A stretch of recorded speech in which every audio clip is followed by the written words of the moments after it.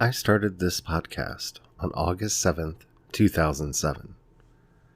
That's right, the first episode came out over 12 years ago. And in that time, I've changed a lot. I've learned a lot about myself and a lot about the work that I do. And a lot of what I've been doing over the last year is reinvention. So I figured, why not talk about that on today's episode of Project Shadow? Can you hear me? I have something to say.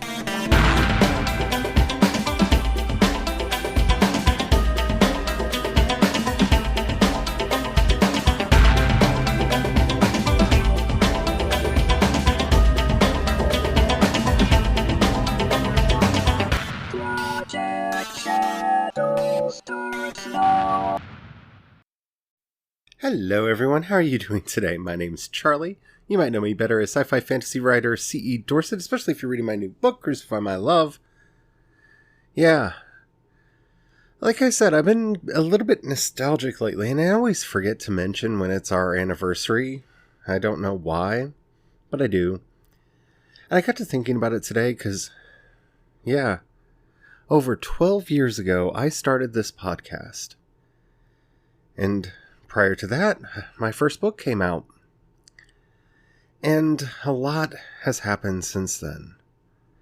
But before we get into all that, if you haven't already, please do take a moment to rate this podcast in whatever app you're listening to me on. It really does help out a lot.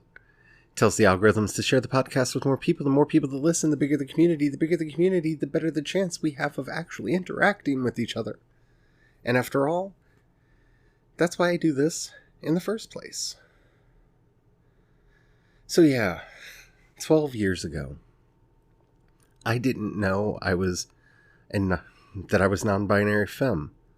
I guess I knew I was trans. I just didn't admit it.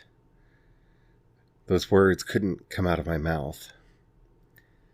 I was still living a lie.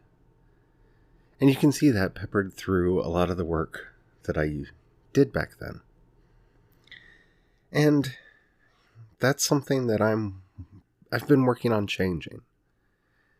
Because that's the one thing that I don't think we talk about enough in our modern world. We have reboots and remakes, and we talk about them all the time. We have pop stars and musicians who go through reinvention periods, especially if they started their career as a child and are now transitioning to being an adult.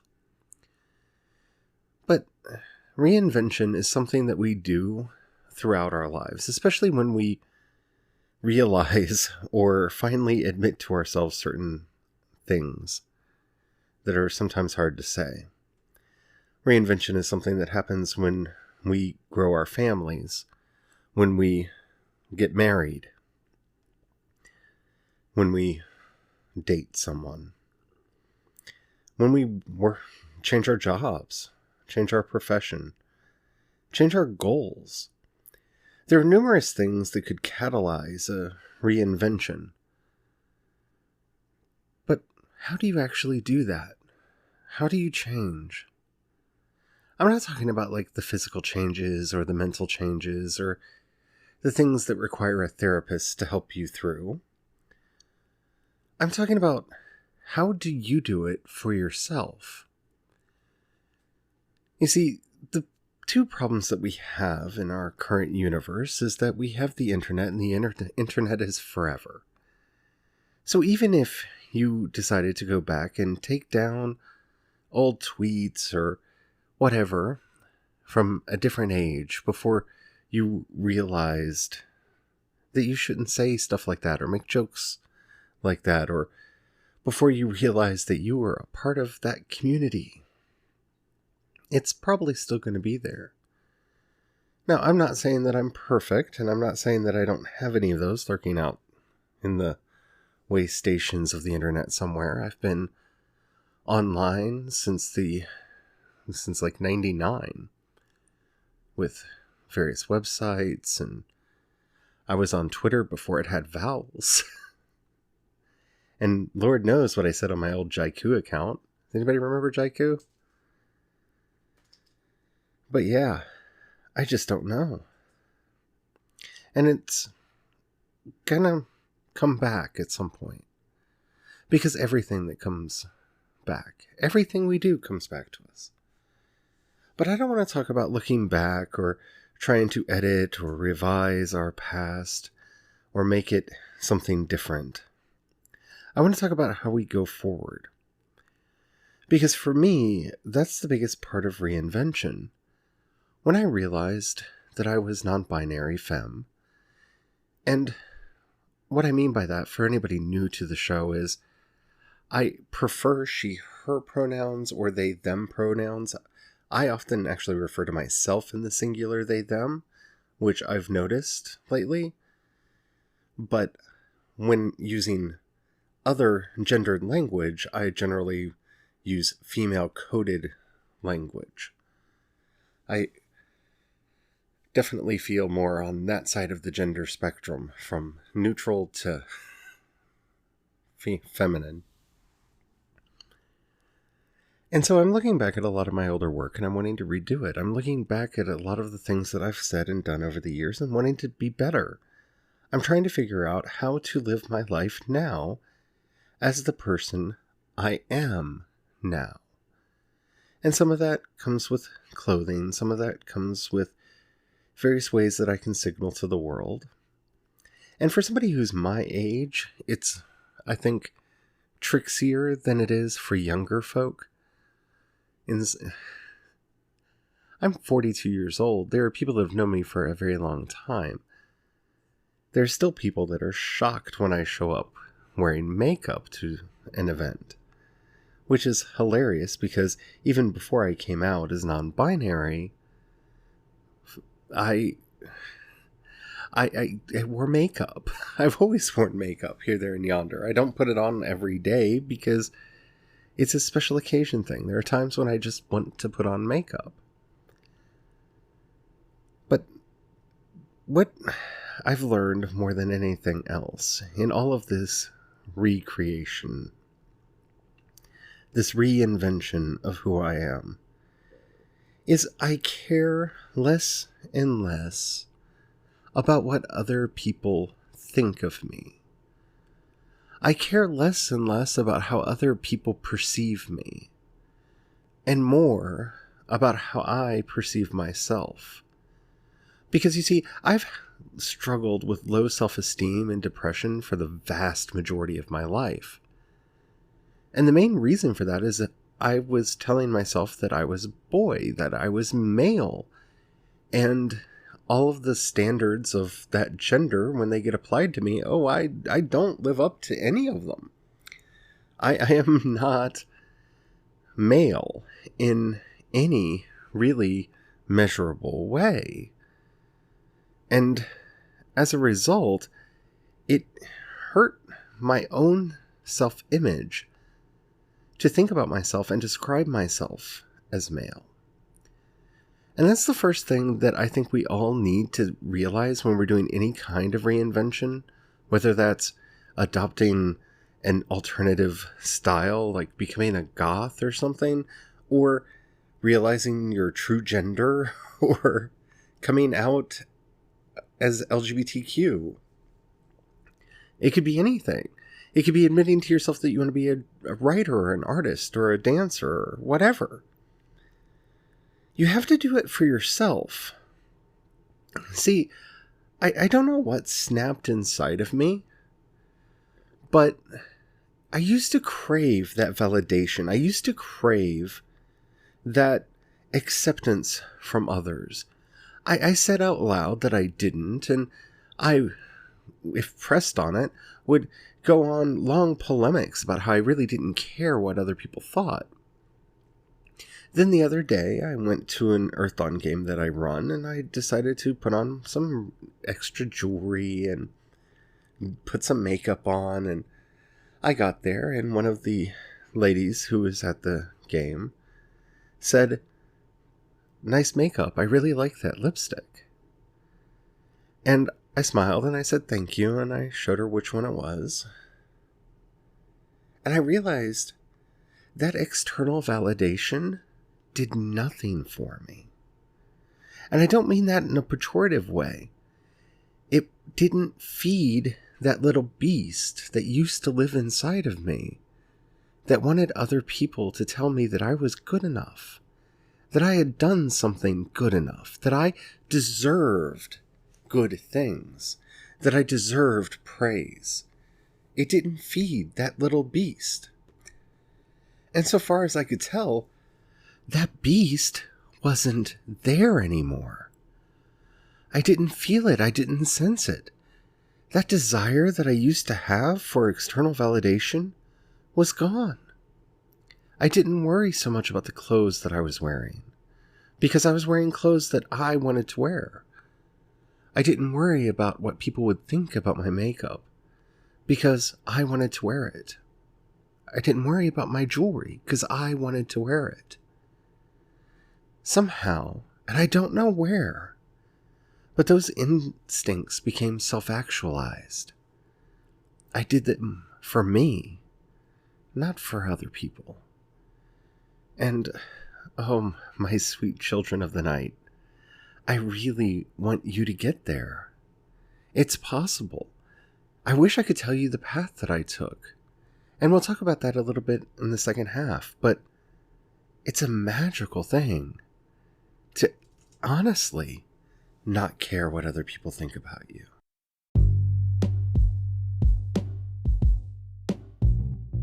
So here I am looking at my old work, and I'm currently redoing my space opera setting. I discovered this genre called Magipunk, and I'm trying to learn more about it, though I don't know that there is all that much about it. The internet seems to not have a lot out there.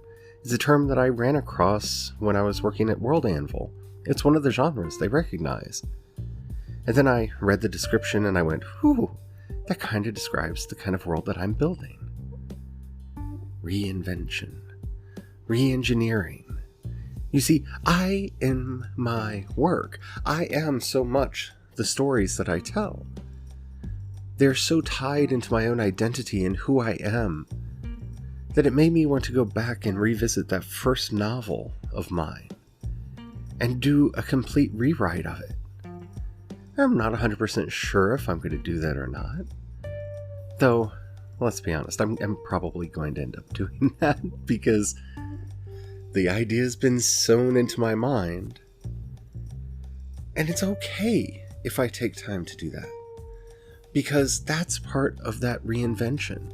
I get to spend time with the person I was 14, 15 years ago when that book first came out. 16 years ago when that book was first written. And I get to experience my life back then and reinterpret it through the lenses I have now, through the tools I have now. That's all part of the reinvention. You see, once you start to become sure of who the person you want to be is, you start looking for all of the little parts of your life that can be brought into alignment with that. Now notice my words there. I didn't choose them lightly. You don't want to bring them into conformity, you want to bring them into an alignment. Because conformity is the last thing that any of us should ever be seeking. Conformity is a form of control. It is a form of domineering, a form of domination.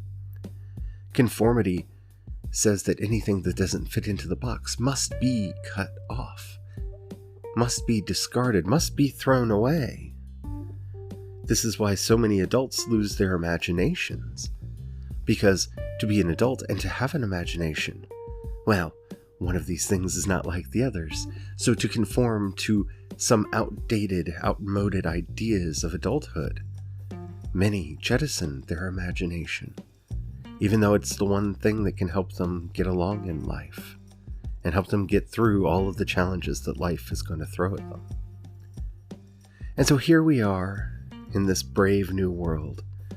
We're starting to see the person that we want to be. We start seeing the ideas we want to inhabit. We start seeing the ideals we want to live by. And we start looking for everything in our life that we can string along into alignment with that. Just a little nudge here, a little nudge there. Maybe a complete recreation of a few things. And we must, and I'm telling you this, my sisters, brothers, and siblings, no matter your gender, no matter your sexuality, no matter who or what you are, don't try to control the process. Work, shape. Look at it like a stream. It is a river flowing down a great mountain. You can put things in its course to turn the river here, there, and yonder, but go where it wants to go. Let it shape itself. That may sound like some new age mumbo jumbo, but I can tell you from my own experience, one of the things that I am least comfortable with is the sound of my own voice. And what I realized is the real problem that I have with that is how you all hear my voice. Because when I hear my voice in my own head, I've actually gotten it to a place that sounds right. It's when I hear my voice recorded and realize that all the tones and all the sound that I have carried through the bones in my skull, you don't hear them.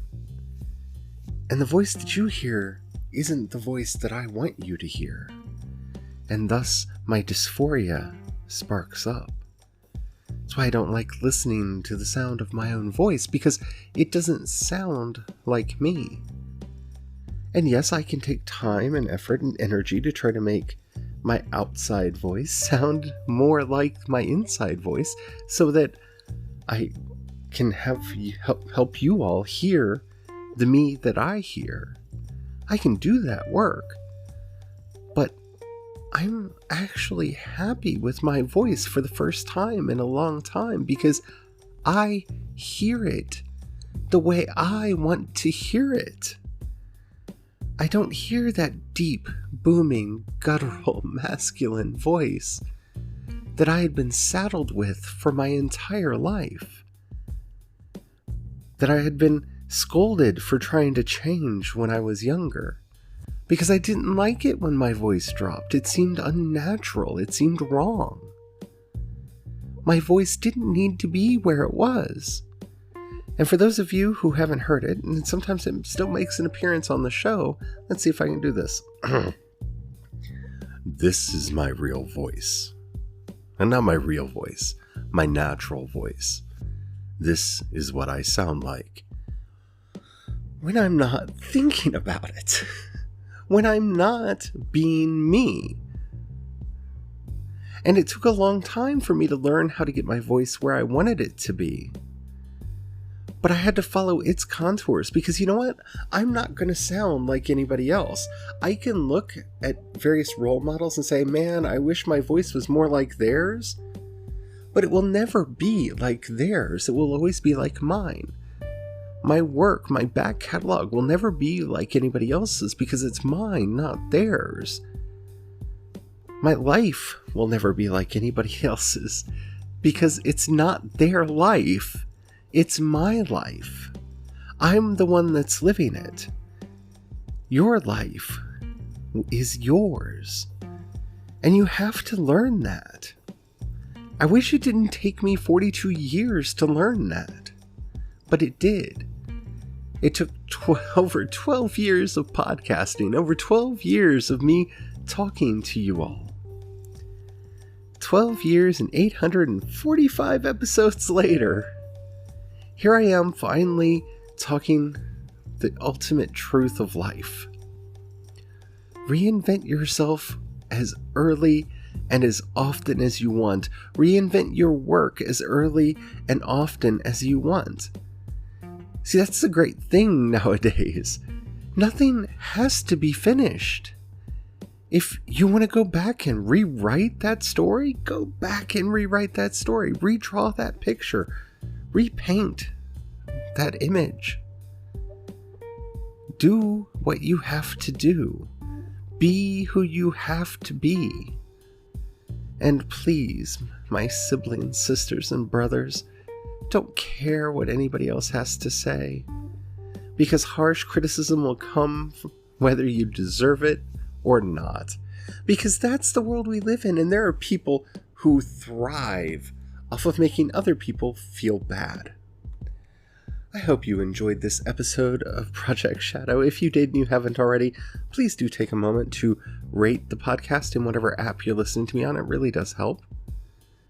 If you've got $1 you can pass my way, in the show notes you'll find a link to both the community support page and the my Patreon. The difference between the two is the people on Patreon, they occasionally get stuff. If you can do that or already have, thank you so much. You make everything that I do possible, especially the work that I'm currently doing with World Handful, because I am paying for a guild membership, so it's not free, but I think it's worth it. I'm having a lot of fun, and I hope you all are too. If you have any questions, comments, if you don't have any money right now, or you don't feel like giving, that's alright. But if you do know somebody you think would like this podcast, do share it with them. That helps out a lot as well. If you have any questions, comments, or topics you would like to hear discussed on the show, in the show notes you'll find a link to the voice message system. Keep it short, keep it clean, so I can use it on the show. I would love to hear from you. You can also hit me up on Twitter or Instagram. I'm CE Dorset on both at CEDORSETT. You can find links to everything that I'm doing over at projectshadow.com.